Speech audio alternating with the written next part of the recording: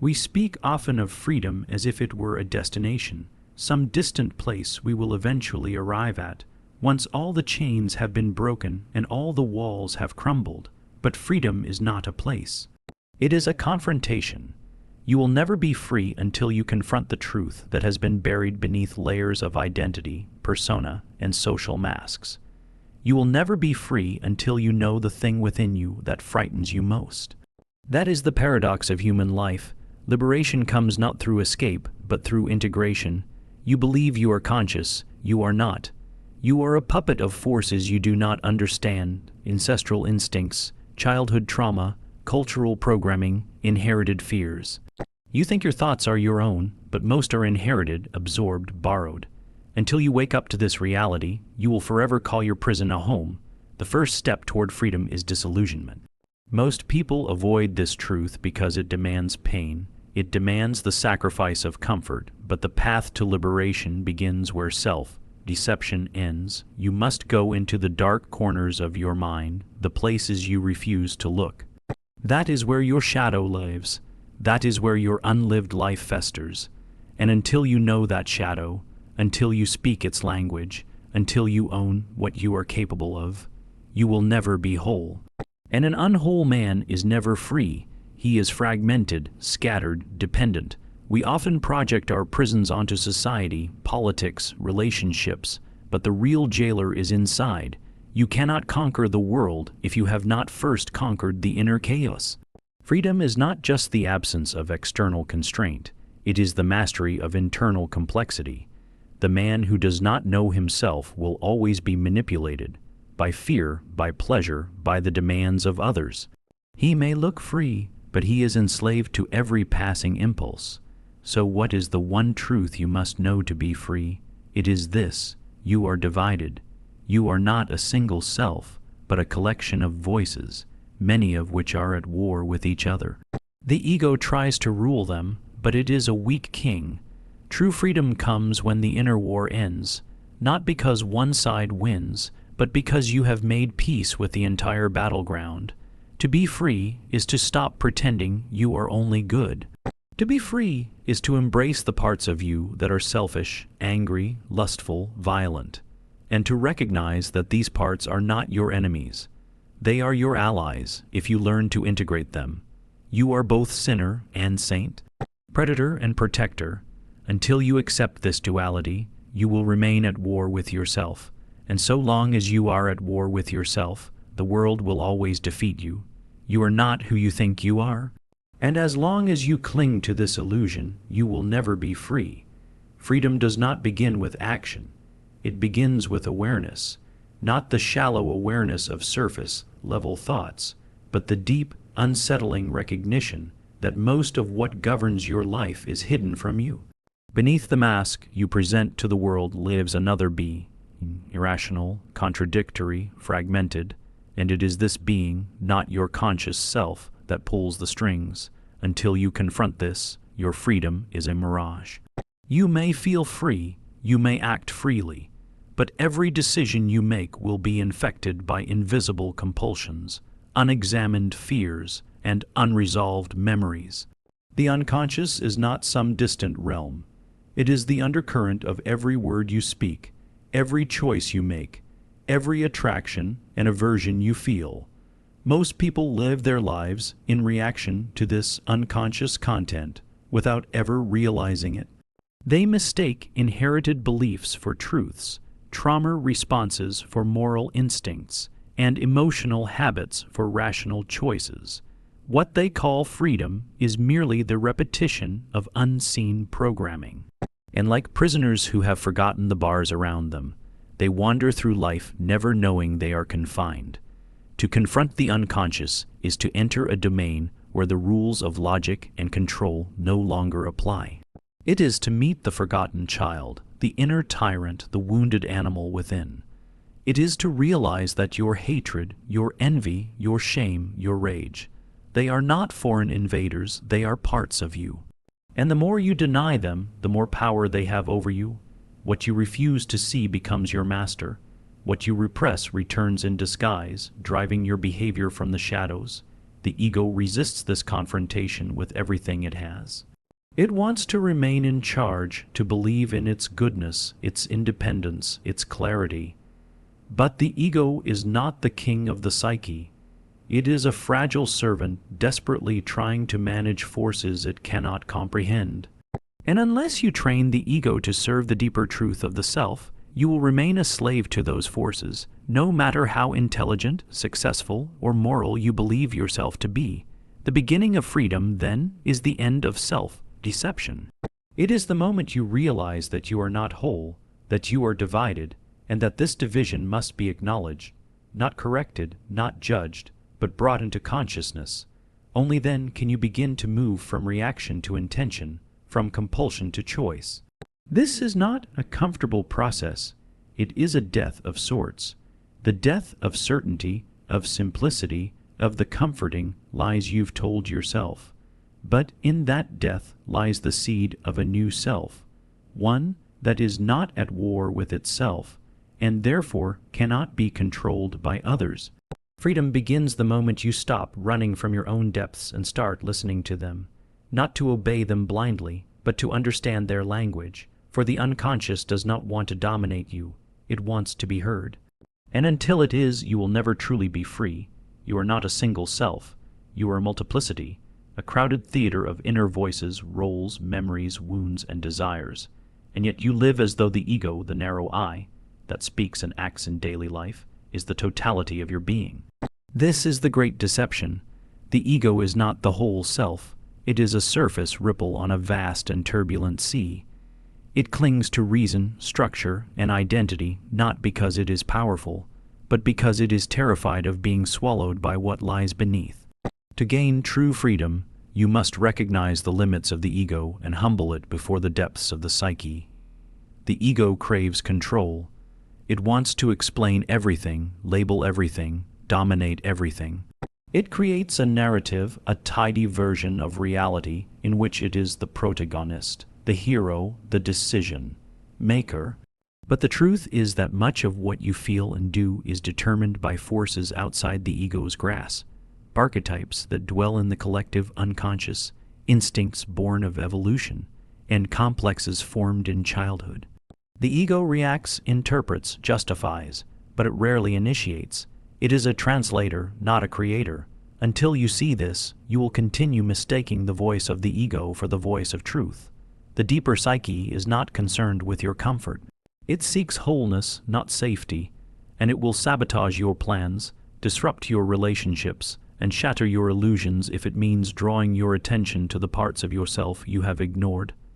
Depression, anxiety, addiction, and projection. These are not merely pathologies, they are messages. The psyche is trying to speak, but the ego, in its arrogance, refuses to listen.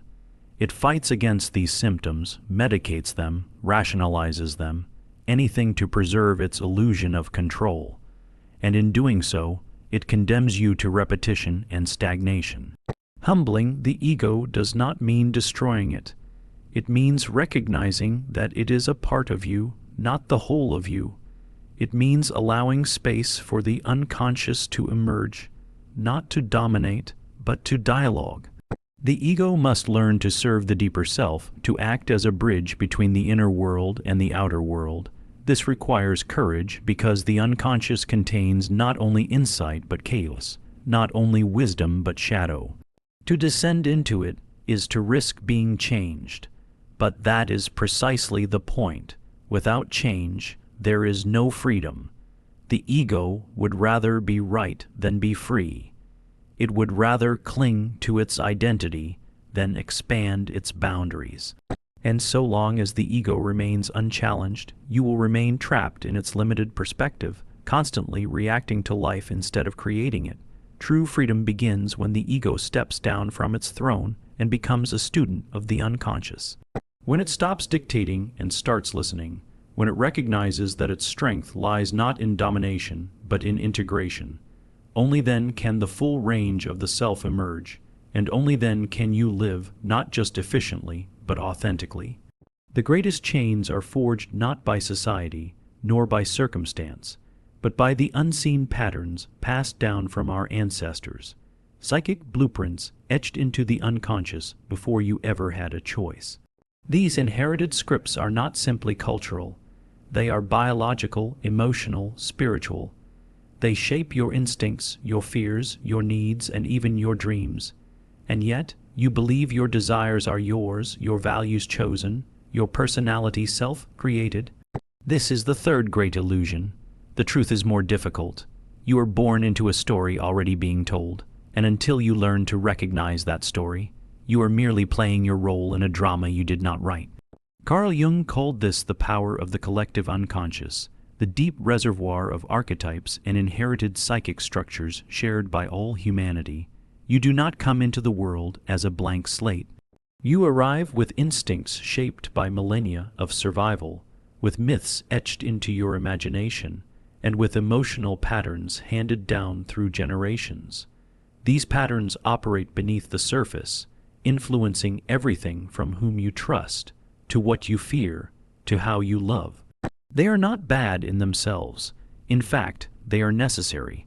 But when you mistake them for personal truth, when you remain unconscious of their origin, you become a prisoner of them. Consider the way people repeat the same relationships, attract the same pain, sabotage the same opportunities. This is not random. These are inherited wounds playing themselves out over and over until someone sees them clearly. Often, these wounds go back generations. Unresolved traumas passed from parent to child in silence and shadow. The child becomes the carrier of the family's unlived life, the vessel for its guilt, its grief, its rage.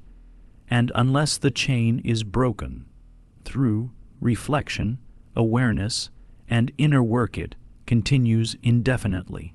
You may believe you're escaping your parents' fate, but if you have not examined their ghosts, you are likely wearing their masks.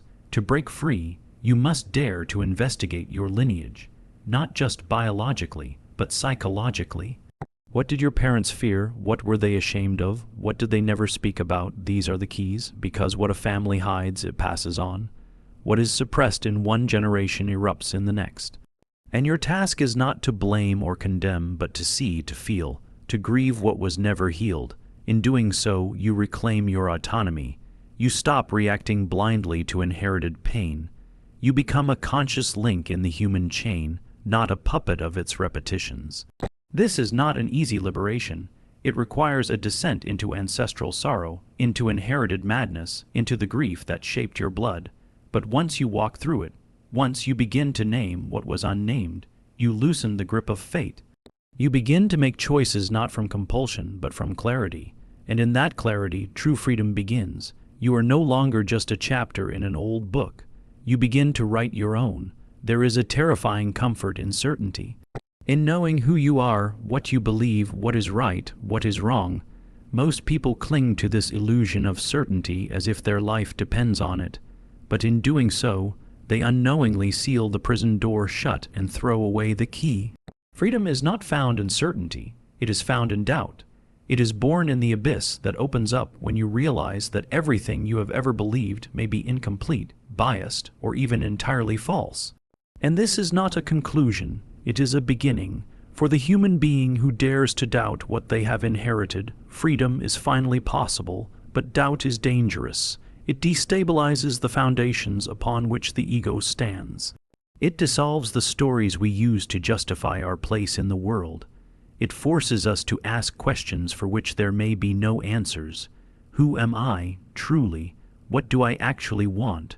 What part of me is real, and what part is performance? Most people do not want to answer these questions. They want to escape them, and so they bury them beneath routine, distraction, ideology, and religion, not because these things are inherently bad, but because they provide the illusion of security. They shield the ego from the chaos of the unknown. Carl Jung understood that the unknown is not the enemy. It is the origin of transformation. It is the place from which all creativity, healing, and selfhood arise. But to enter the unknown, the ego must surrender its dominance. It must admit its limitations, its ignorance, its fragility. This is a kind of psychological death, a loss of identity, of control, of certainty. And yet it is necessary, because if you only live in what you already know, you cannot grow. You merely repeat yourself, and repetition is not freedom. It is unconscious slavery. The mind that can tolerate uncertainty is the mind that can evolve. When you begin to question everything, your beliefs, your habits, your roles, you make space for something new to emerge, not dictated by culture or fear, but discovered from within. You begin to live from the center of your being, not the surface. But beware, this freedom comes at a cost. You will lose comfort. You will lose approval. You will likely lose relationships built on mutual illusion. But what you gain is far greater: authenticity, depth, integrity, and a life that is truly yours. Doubt, then, is not weakness. It is the gateway to power, not the power to control others, but the power to live without lies. To be free is not to have the right answers, but to live in the presence of truth, even when that truth is incomplete, painful, or uncertain. Most people would rather remain certain and asleep than uncertain and awake. But if you are to be free, you must choose awakening, even if it costs you everything you once thought you were. The human psyche does not seek peace, it seeks wholeness, and wholeness cannot be achieved by denying what is dark, painful, or uncomfortable within us.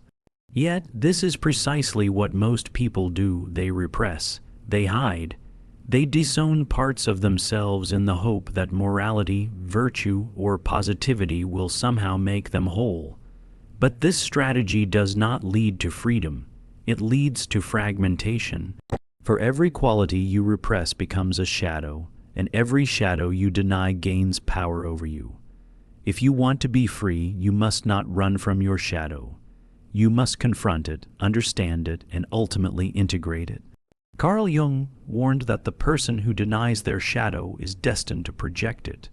You see this everywhere: the overly kind person who secretly manipulates, the moralist who condemns others while hiding their own vices, the victim who becomes a tyrant in disguise. When you exile your shadow, it does not disappear, it waits, festers, and eventually erupts. Often, it emerges in relationships, where your unmet needs and hidden aggression are mirrored back at you by others. Or it emerges in dreams, addictions, outbursts, and obsessions, signals that something vital is being rejected within you. The path to psychological freedom begins when you stop pretending to be only light, when you stop clinging to the illusion of being a good person, and begin the difficult work of becoming a whole person. This means turning inward and asking, what have I denied in myself? What traits do I judge most harshly in others? What do I fear revealing about who I am? The answers to these questions will not flatter your ego. They will humble it, but they will also set you free, because the shadow, once integrated, becomes a source of immense energy, creativity, and insight. The very traits you once condemned may hold the key to your personal power. To integrate the shadow is not to justify destructive behavior, but to understand the deeper motivations beneath it. Anger, for example, when repressed, can turn into bitterness or cruelty, but when acknowledged and understood, it can become a source of clarity and protection. Sexuality, when shamed, can turn into compulsion or repression, but when honored, it becomes a force of connection and vitality. The shadow is not evil, it is simply unknown, and what is unknown must be made conscious if you are to live freely. To walk this path is to undergo an inner revolution. You will no longer need to pretend, to posture, to wear a mask. You will know yourself, all of yourself, and live in alignment with that truth. This is the essence of Jungian freedom, not the ability to do whatever you want, but the ability to be all that you are. When the shadow is no longer your enemy, the war within ends. And in that inner peace, a new kind of strength arises, quiet, rooted, and incorruptible. Freedom is not found in isolation from others. It is discovered in the mirror they hold up to you, and yet few people realize this. They believe they can know themselves without being challenged, that they can grow without being exposed, that they can become conscious without conflict. But Carl Jung knew otherwise. He understood that the psyche does not evolve in solitude. It evolves in the crucible of relationship, in the tension, friction, and intensity of human connection, where your unconscious is brought to the surface by the presence of another. Other people activate parts of you that you cannot access alone. A stranger's glance may awaken insecurity. A lover's absence may stir ancient wounds of abandonment. A friend's honesty may reveal the pride you denied. These encounters are not distractions from self-discovery. They are the very terrain of it. Every relationship is a test, a mirror, a stage upon which your unconscious plays out its patterns. And most importantly, they show you the parts of yourself you have yet to accept. This is why isolation does not equal liberation. Many people retreat from connection, mistaking avoidance for independence, but what they're really doing is protecting the ego from confrontation. They avoid intimacy because intimacy reveals their masks. They avoid conflict because conflict reveals their rigidity. They avoid vulnerability because vulnerability reveals their fear. But this avoidance traps them, because what you refuse to face in relationship will control you from the shadows. You'll remain bound to invisible scripts, repeating the same roles, the same arguments, the same heartbreaks, without ever understanding why. True freedom begins when you allow others to reflect you, not to define you, but to expose you, to bring to light what lies buried. It takes immense courage to remain open in the presence of discomfort, to listen without defensiveness, to examine yourself instead of blaming. But in doing so, you begin to see your projections. You realize that the anger you feel toward another is often the anger you repress within. The admiration you feel is often an unlived potential, the hatred a disowned trait. Others become your teachers, not because they are superior, but because they provoke the truth. This is the spiritual function of relationship, not comfort, but revelation. And it is through this revelation that the psyche begins to integrate. You reclaim your projections, you heal your wounds, you begin to relate not from need or fear, but from wholeness. And in doing so, you find a freedom far greater than solitude, the freedom to be fully yourself in the presence of another. Carl Jung wrote, "Everything that irritates us about others can lead us to an understanding of ourselves." This is not a metaphor, it is a method. Your liberation lies not in avoiding people, but in seeing what they awaken in you. The more you use relationship as a mirror, the less you are enslaved by your unconscious, and eventually you stop reacting. You start responding, you stop projecting, you start reflecting, and in that reflection, you are finally free. Most people live in prisons they cannot see, not because they are shackled by external forces, but because they are ruled by unconscious beliefs inherited from childhood, culture, religion, and trauma. These beliefs shape how they think, what they fear, what they pursue, and what they avoid. They create invisible boundaries around what is possible. You cannot be free until you begin to question these silent assumptions, until you dare to look beneath your own mind and ask, whose voice is this really? Carl Jung understood that the unconscious governs far more than we admit. It contains not only our repressed desires and unresolved wounds, but also the core narratives that define our identity. You may think you are choosing your path, when in fact you are simply obeying an inner script written long before you could read. A child who learns they must earn love by being useful becomes the adult who never rests.